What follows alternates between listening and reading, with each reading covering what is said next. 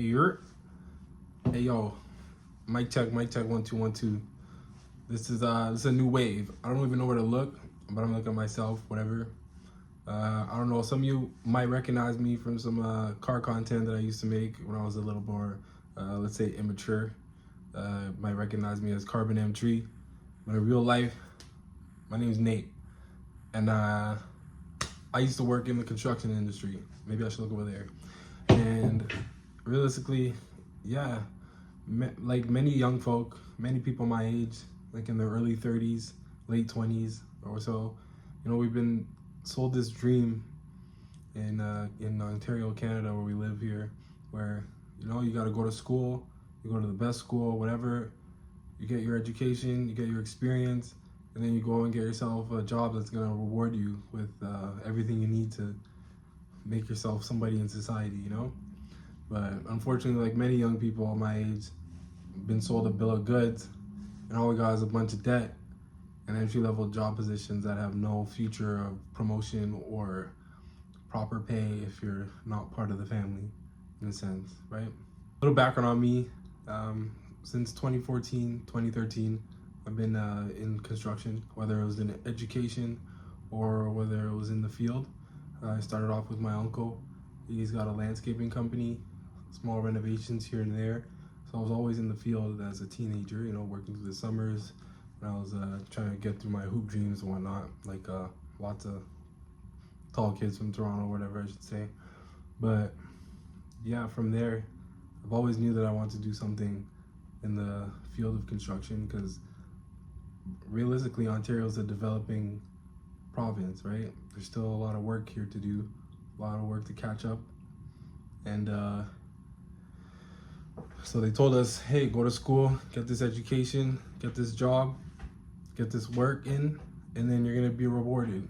But unfortunately, it seems like since 2020, when something happened, everybody decided that they want to make $2 million on their house that they paid $200,000 for. And I mean, if a basic person like me can figure out that that's not a good idea economically for the long run, and I'm sure the people at the top knew it too, but this has turned to a globalist situation where people don't really care where they live, in a sense. It's very digital. You don't need to care about your nation. You get your money and leave if you need to. I'm not going to talk about anybody in particular, but yeah, I was one of the last people in my company, in my division, to unfortunately get laid off. I've seen an entire division get nuclear destruction, if that's a word, get nuked, whatever. Men who have been in this industry for 15, 20 years, and they've been told that because there's no more profits to be made at the top anymore, you're not worth keeping. People who have their whole livelihood, tied to these companies, and they've given their time, energy, effort, life energy, all that. And as soon as they become not profitable anymore, get axed. And so as a young person myself, who's, I came up with the internet, I came up with computers, I came up with all that. It was just my hobby, I was always into making programs, coding, software, whether it's interacting, creating. But like many things, there's a barrier, whether it's a technical barrier or a political barrier or a knowledge barrier. There's barriers. But nowadays, there's not as many barriers, in the sense of, you can turn yourself into whoever you need. You sit on the computer for 3 hours after your regular job every night and learn something, like I did, right? So going on back to the situation, yeah, it ran its course. I started off, working in the field. I was doing steel stud framing, drywall, landscaping, anything I could realistically. And then I got into operations. Eventually I got myself into as a site clerk for Demolition, which is like that company is. Pretty big company realistically. I always had good grades, always was good in interviews. Everybody's got their barriers. I seem to not have those, in a sense, because I studied, I worked hard, and I was confident in my interview. So I got into relatively high positions in high companies. I was let's bring it back. I got into relatively high positions for somebody like me, but there was always that, like I said, barrier. Barriers always exist. And no matter how hard I worked, how many hours I put in, how many extra steps I took to look better than the other guy, there's barriers. And so unfortunately, things just didn't work out for me like that. Eventually I made my way out of the demolition industry, and then I got into low-rise residential. First starting off as an estimator for mechanical and plumbing. Did that for about a year, and then I got into low-rise residential building as a builder, site clerk. Immediately they knew I was a bit talented, a little more talented than the average guy, and so they put me with their head site super, their flagship guy in a sense. And there I was for about 2 years building 330 units in Milton. It was Milton, Ontario, for you non-Canadian people. It was a large community, combination of 2,800 square foot lot units, singles. There was some 6-unit townhouses, 12-unit townhouses, 3 stories, 2 stories, etc., etc. So, I cut my teeth early. Like, that's high pace for somebody who's never been in that, in a sense, right? Learned quickly, got into it, learned the fuzz, made my own techniques, learned my own motions, learned from, in a sense, the best. And then eventually things started to slow down. The industry started to get messed up, in a sense. Greed, foreign buyers, etc., etc. And eventually I got shipped out to the high-rise division. Apparently my talents were better utilized in South Beach. And that's where I took my skills learned in the low-rise division. I couldn't really understand why people were telling me it was so different. Like, I get the workflows a little differently, but the way I think in components, in componentry, right? So to me, building is building. Whether it's you're going up, sideways, left, right, there's a series of steps and components that need to be done to get a project done. Yes, no, yes. So I cut my teeth early, got in there, and eventually I was seeing within like a month or so that I can be able to handle all the structural concrete takeoffs, the logging, ordering, spacing, labor management, etc. So I was an assistant supervisor for the structural components, the building envelope. And once again, barriers. Barriers. Do everything right? You show up earlier than everybody.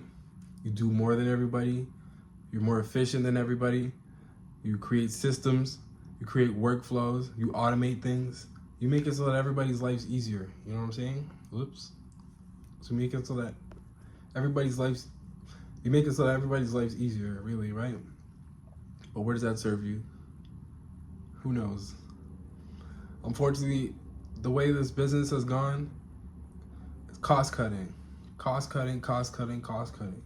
The economies for this construction industry, for new builds, I would say, renovation's popular, obviously, because nobody can afford to buy anything new. So for new building, it's just down the drain. Like people like me, young people who try to come up in their career, you're hearing these guys who have been working for companies for 10, 15 years, 20 years, and you're just flabbergasted, like how? Because you just get cycled out like you're a pawn, And then it's just more prevalent and more obvious as the days go by. You can simply see that people my age are now competing with people who are in their late 40s, 50s, with 25 years experience, work for this guy, work for that guy, but they got laid off. So now those mid-tier jobs, or those jobs that you would be qualified for as somebody who's been like 5-6 years into the career, now they're saying, I want 10-15 years career. And now you're competing with guys who have those connections and those names and all that. And it's just like, it's just a downfall for the young people who want to come up in this industry. And, I was at the forefront of it, realistically. I was building 300 plus communities, 300 plus unit communities. I went to building 2 high-rise buildings. Where else better do you? Where else deeper than that do you get? And unfortunately, barriers exist. And myself, along with another assistant supervisor, was deemed not valuable enough for the budget to be stretched. So that's the way that went. And now I'm here. But thankfully, I'm the person who I am. And I understand that you always have to learn in every aspect, every situation, every moment. Learn. And all I did was learn. I studied. And I took my notes. And I got my knowledge. And I wrote it down. And I made my systems. And along with this new, technology where, like I said, there's not as much barriers. I always had let's say, theoretical knowledge of software systems, architectures, design, how things should work, how systems can be implemented into construction as it is, trades business as it is. But then there was just a technical barrier. But now those technical barriers don't exist.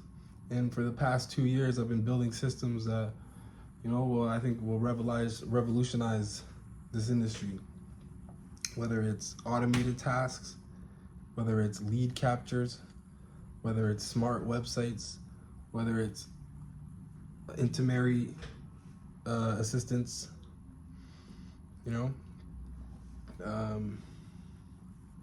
that's just the way the cookie crumbles sometimes.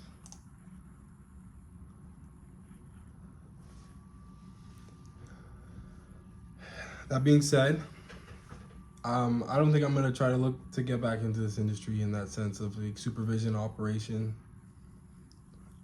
I just don't see a reason why. The salaries are not the way they used to be. I'm competing with men who have 20 years experience, 20 years of connection, and there's other barriers. Common theme, barriers. So I switched my expertise and now I'm full-time. This is my industry, this is my business. What I do is like I said, I make automated systems for construction industries, completely revamped custom smart websites, voice agents, chatbots, dashboards, lead captures, follow-ups, Google reviews, AI systems operations, AI search engine optimization. Everybody's SEO, Google. I go on half of these guys' websites, all these heavy hitters, sure. Their websites look very bad. Like, I don't know how you can have pride in having a big business and, probably got a nice Lamborghini in the driveway, whatever. You got the Mercedes, but then you got that website that looks like it's from GoDaddy 1995. My big dog. Yeah. So that's my story. That's my journey. Hopefully the story is coherent because I was just kind of riffing it right off the top. But this is what young people in Canada are dealing with. Ontario, Toronto, whatever you want to say, the big city. They were told to go to school, get the education, get the job, work hard. Nothing came out of it. So now I'm going to use my expertise to help you guys who already have your businesses established, because that's where my expertise comes in. I've been able to see multiple facets where there was demolition, low-rise construction, high-rise construction, estimating in mechanical and plumbing. I've been in the office, been on the site, been in stinky-ass fields like the digesters. You guys ever heard about that? Like, that's just stink. That smells bad. Really bad. I gotta work, buddy, right? Now you guys know my face. You guys see who I is. Man, I'm out here working. Like, this is a small sect, but I'll close this gap, make your guys' lives easier. Fuck to my page. Don't look at my drift stuff, because they're gonna be like, oh, this guy's fucking young punk. Whatever, bro. I'm smarter than you guys, so whatever, right? Signing out. Check my shit out. Peace!